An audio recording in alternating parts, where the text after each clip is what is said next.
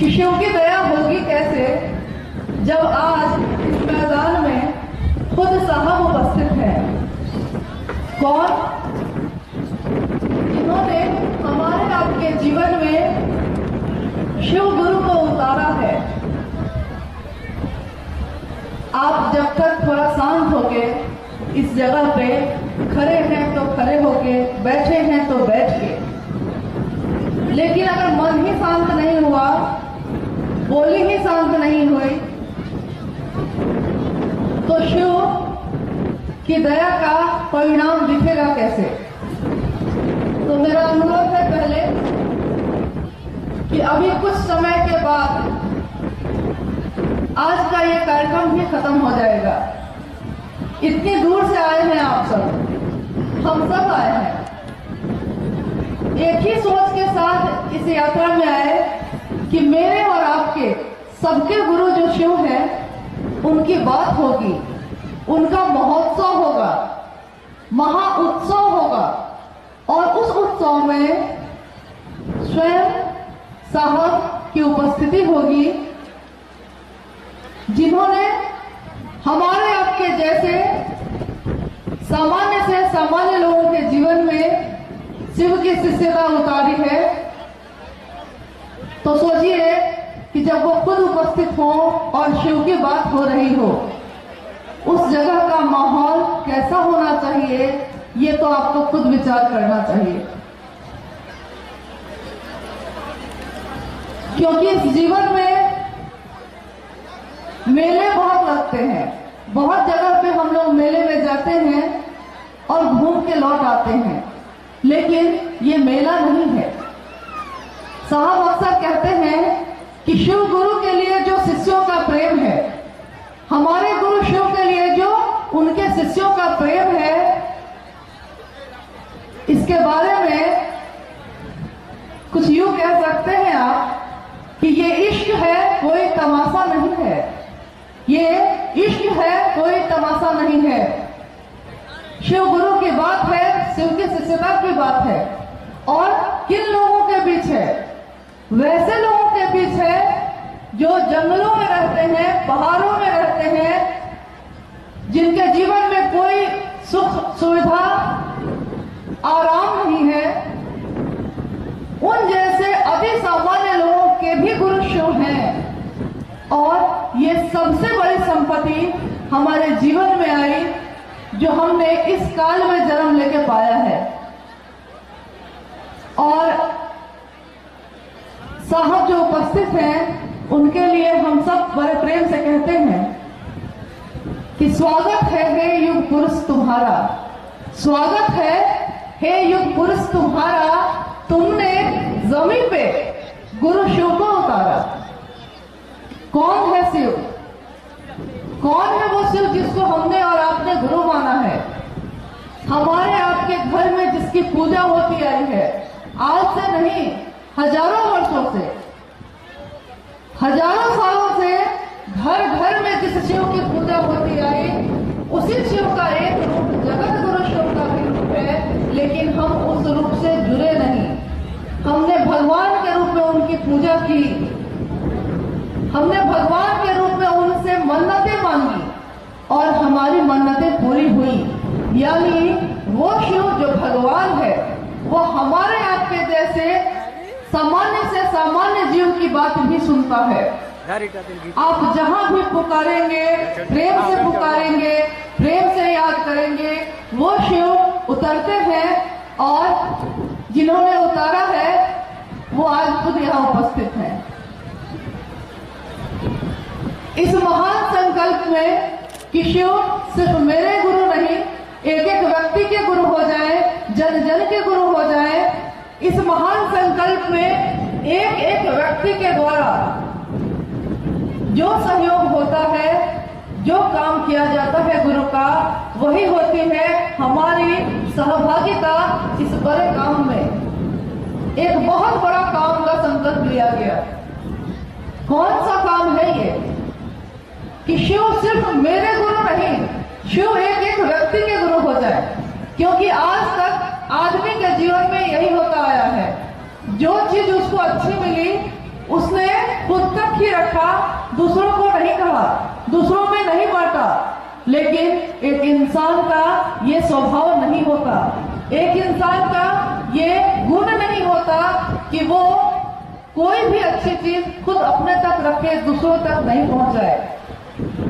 क्योंकि कहा गया है कि भगवान ने, महादेव ने जब इस दुनिया को बनाया और इस दुनिया में बहुत सारी रचना हुई, उन सारी रचनाओं में सबसे सुंदर रचना इंसान है। महादेव ने जितनी चीजें बनाई, उन सारी चीजों में सबसे सुंदर खूबसूरत रचना उनकी इंसान है, एक जीव। और उस जीव में ये संभावना होती है कि वो जीव से शिव हो सकता है, भगवान हो सकता है। और ऐसे लोग हुए हैं इस धरती पे, ऐसे लोग हुए हैं जो बन के तो इंसान आए थे, पैदा तो इंसान के रूप में हुए थे, लेकिन दुनिया ने उनको भगवान की तरह पूजा।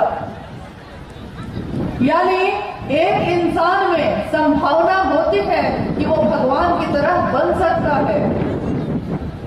यही बात साहब ने कही कि भगवान के रूप में जब आप पुकारते हैं तो वो महादेव आपकी बात सुनता है।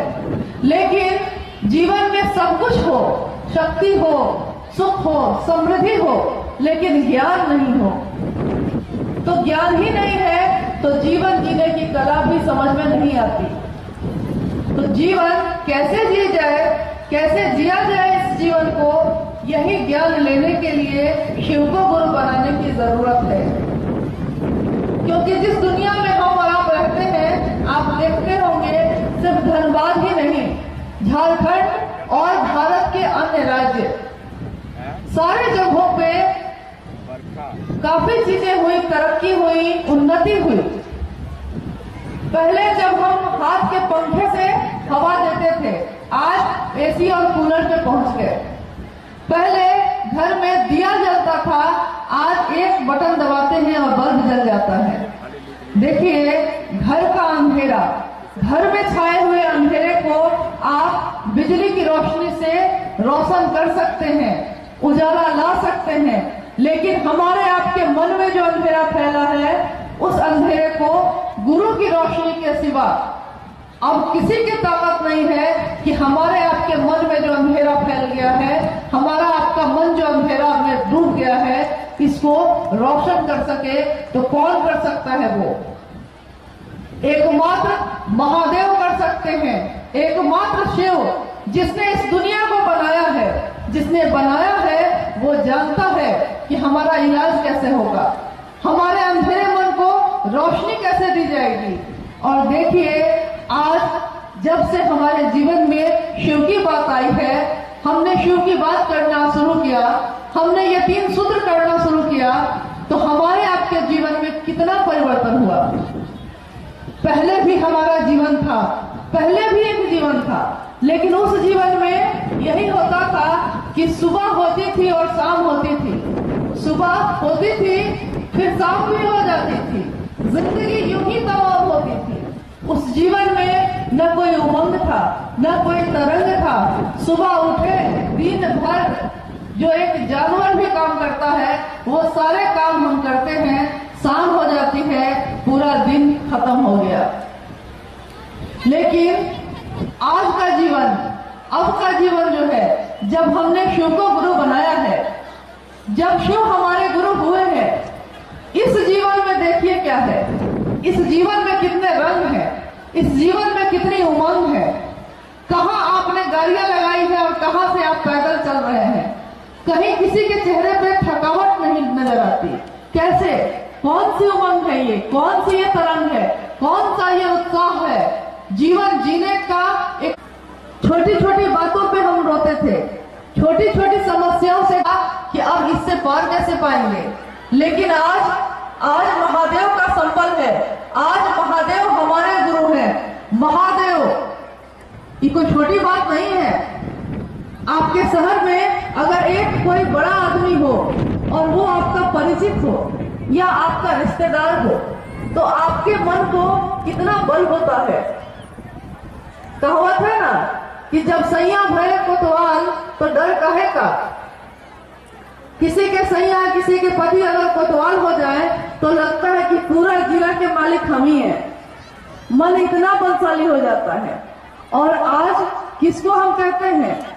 शिव मेरे गुरु है, महादेव मेरा गुरु है।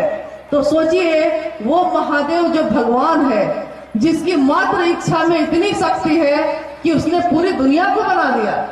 और ऐसी कितनी दुनिया होगी उनकी दुनिया में पता नहीं, क्योंकि हम और आप तो कुछ दूरी तक देख पाते हैं, कुछ दूरी तक समझ पाते हैं, लेकिन उस महादेव के दुनिया में कितने ब्रह्मांड होंगे, कितनी दुनिया होगी, कितनी मात्र इच्छा में इतनी ताकत है।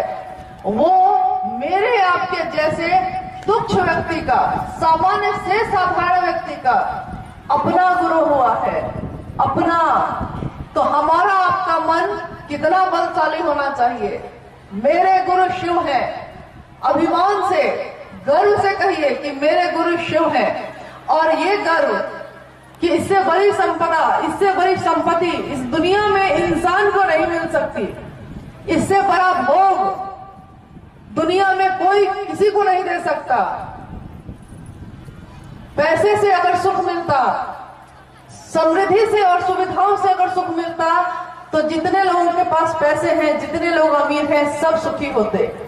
लेकिन आज सड़क पे दिन भर काम करने वाला भी शिव को याद करता है, शिव से दया मांगता है, अपने गुरु को प्रणाम करता है और अभिमान से, गर्व से, अनपढ़ होते हुए भी, जंगलों में रहते हुए भी, साधारण होते हुए भी, गरीब होते हुए भी गर्व से चर्चा जब करना शुरू करता है कि मेरे गुरु शिव हैं, आप भी आइए, अब गुरु बनाइए शिव को, आइए भगवान शिव को अपना गुरु बनाइए। जब वो ये कहता है तो सोचिए मन कैसा रोमांचित हो जाता है। मन में या कौन बोल रही है। आज भी इस रात कब खत्म होती थी उनको पता भी नहीं चलता था। आज वो महिलाएं अपना घर भी संभालती है, दुनिया भी संभालती है और अपने गुरु शिव का काम भी संभालती है। ये बहुत बड़ी घटना हुई है इस दुनिया में, जो महादेव के सिवा किसी के बस में नहीं था कि वो ऐसा कर सकता था। हम सब के जीवन में जो खुशी आई है और आज जो ये महोत्सव हो रहा है, हम सब संकल्प लें कि हम अपने जीवन में तो हमने शिव को अपना बनाया ही है, लेकिन मेरे शिव एक एक व्यक्ति के, एक एक इंसान के अपने हो जाएं, इसके लिए हमको बस थोड़ा सा काम करना है। इतना ही करना है कि जब जो मिले कोशिश करिए कि उससे शिव की बात कर सकिए, उससे महादेव की चर्चा कर सकिए। वो महादेव जो इतना दूर था आज इतना नजदीक है, आज हमारे आपके लिए इतना नीचे आ गया। जो भगवान है, गुरु के रूप में वो अपने शिष्य के लिए कितना नीचे आ सकता है, आज हमारे आपके बीच ये उदाहरण है कि हमें कुछ नहीं आता, न तो कोई विसाख है, न तो कोई योग्यता है, न तो कोई ज्ञान है, कुछ भी नहीं है, लेकिन हमारे आपके जैसे लोगों को उस महादेव ने चुना है। ये हमारा सौभाग्य, इससे बड़ा सौभाग्य और कुछ नहीं हो सकता।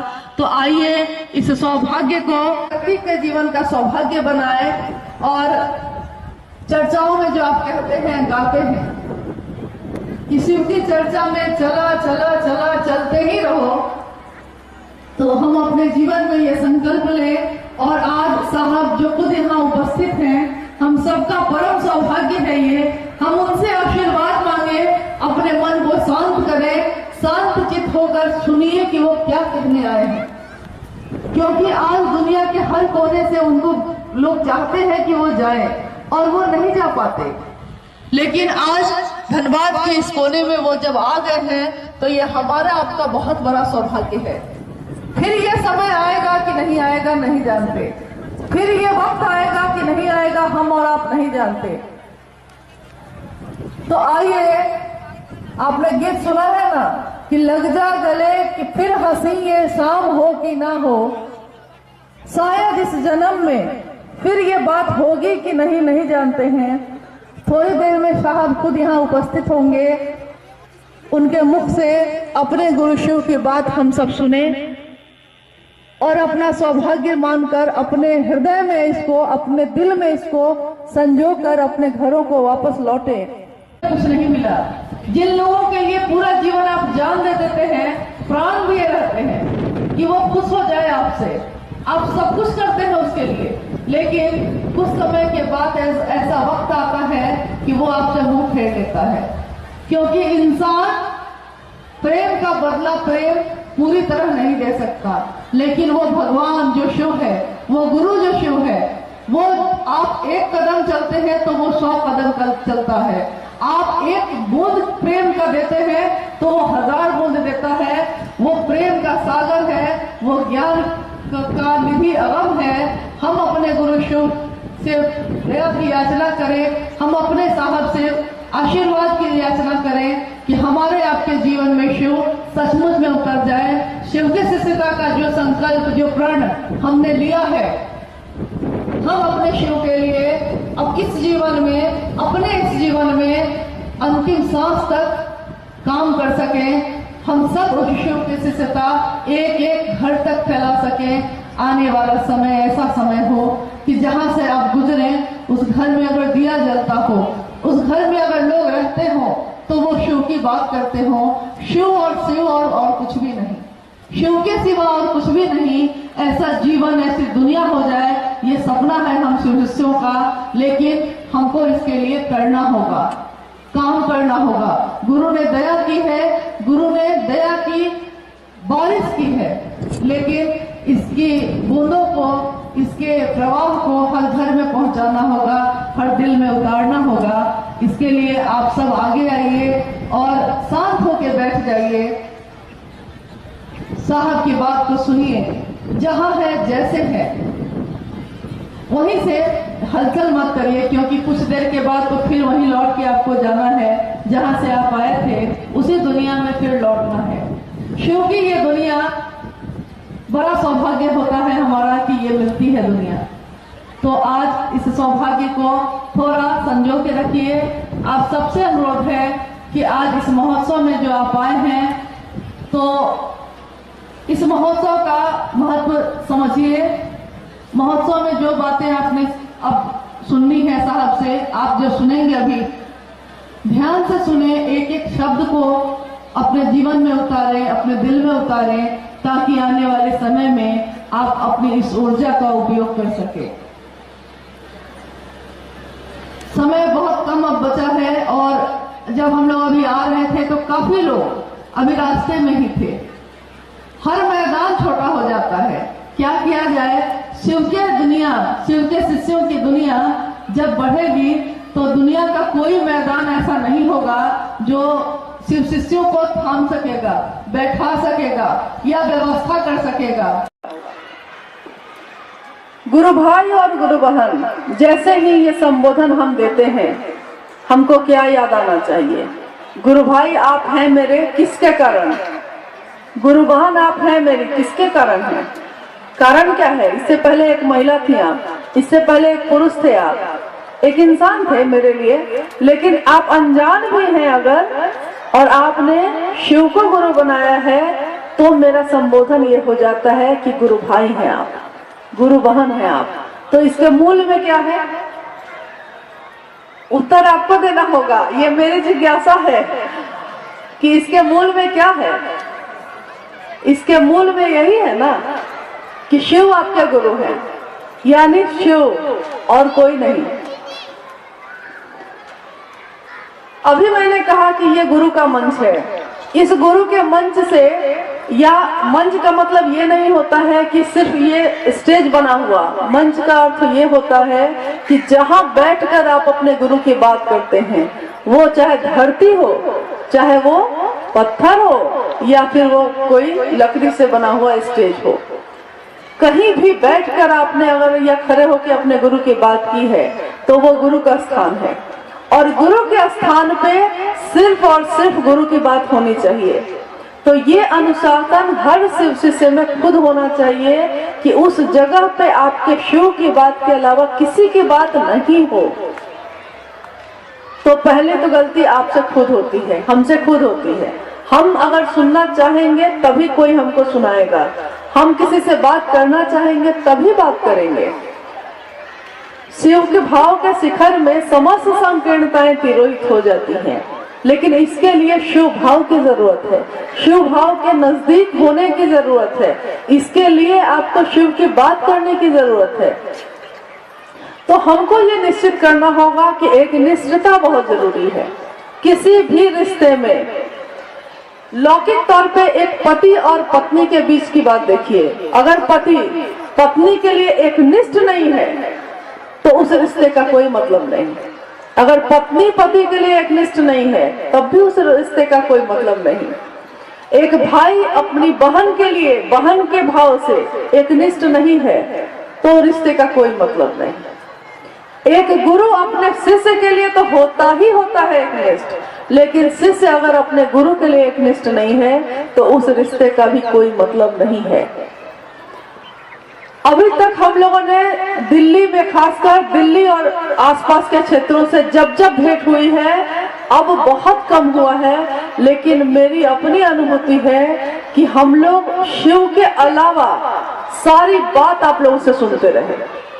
शिव के अलावा, शिव के काम के अलावा, ये भाई है तो ये वो भाई है, तो कोई किसी को रिश्ते से बांध लिया तो कोई किसी को रिश्ते से बांध लिया।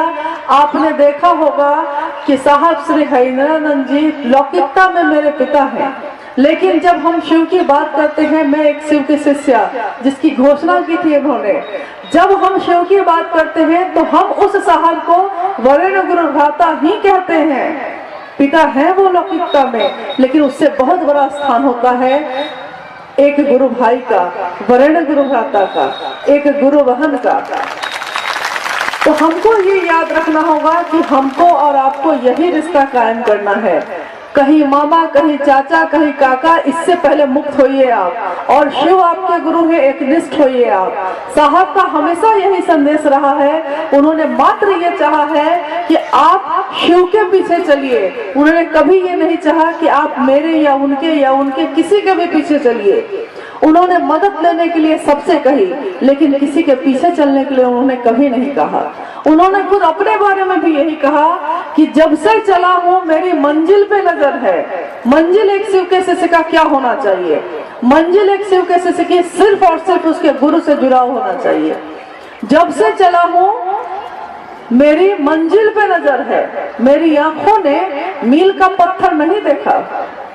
रास्ते में जो मील का पत्थर होता है ना, जिसपे लिखा रहता है जब उधर से आइए तो कापा से हेरा 34 किलोमीटर, फिर 35 किलोमीटर, 2 किलोमीटर, यानी ये बताता है कि आपने कितना रास्ता तय किया।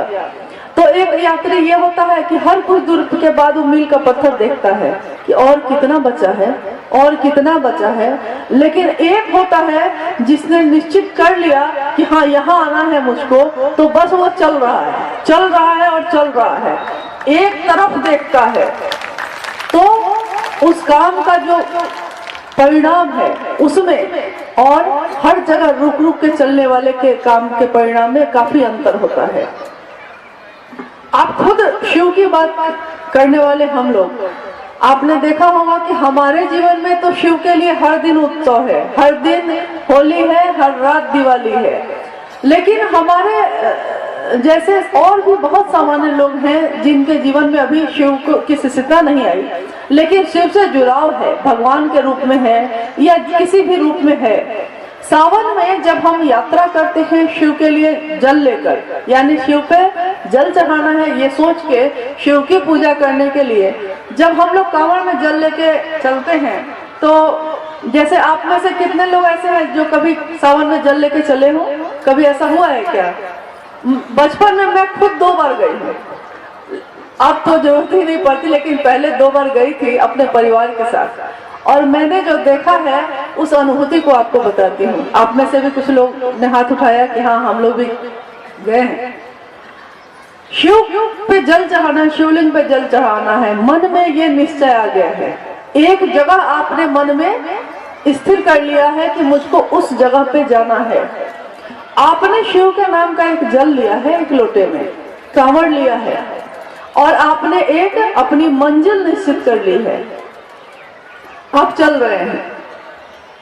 बोलबम बोलबम बोलबम से पूरा माहौल गुंजायमान है। आप चल रहे हैं, आपके साथ असंख्य लोग चल रहे हैं, वो असंख्य लोग भी चल रहे हैं, आप ही के साथ चल रहे हैं, आप उनके साथ, वो आपके साथ। लोग अपना जो परिचय है वो भूल जाते हैं, किसका क्या नाम है वो भूल जाते हैं। मैंने देखा है जो तेज चलता है उसको कहते हैं इंजन बम, जो बीच में भैया बम, मैया बम, तो कौन बच्चा बम। मतलब कि एक अलग सा माहौल, अद्भुत सा माहौल, जिसमें एक मंजिल निश्चित है और उस मंजिल के लिए चलने वाले असंख्य लोग हैं।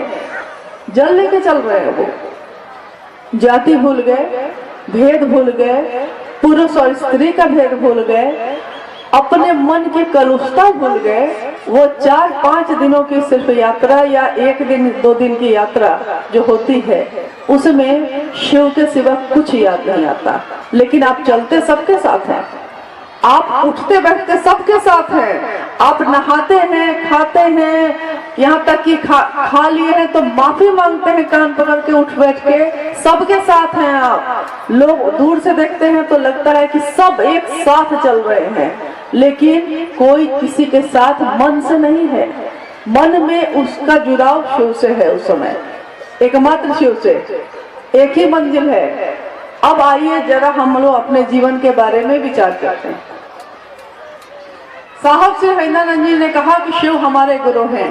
आपने माना, मैंने माना, हमारे जैसे लाखों करोड़ों लोगों ने माना। हमारे मन में ये निश्चय उन्होंने डाला कि आपके गुरु शिव हैं, आपको किसी की जरूरत नहीं, आपके गुरु शिव हैं, बार बार डाला। लेकिन हमारा मन ही बार बार रुकता रहा।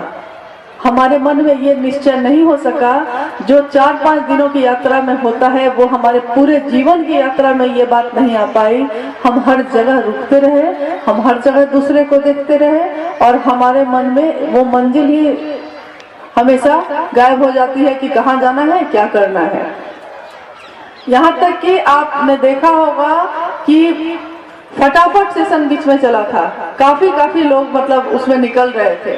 तो बहुत ऐसी जगह थी जहाँ पे लोग खुद में मिल के चलने लगे, लेकिन बहुत ऐसी जगह भी थी, बहुत ऐसी जगह भी रही जिसमें कहने को तो गुरु भाई गुरु बन रहे वो, लेकिन बाहर जाकर पूरा घूम फिर के अपना, किसी ने उत्तराखंड चुन लिया, किसी ने हिमाचल प्रदेश चुन लिया, किसी ने कुछ चुन लिया, किसी ने कुछ चुन लिया, कोई राजस्थान जा रहा है तो कोई केरल और तमिलनाडु जा रहा है। और यहाँ तक कि मुख्यालय जाके वो बोल रहे हैं कि केरल जा रहे हैं, लेकिन पता चलता है कि 2 दिन तो फटाफट किया था वहाँ और 2 दिन घूमने में बिताया था।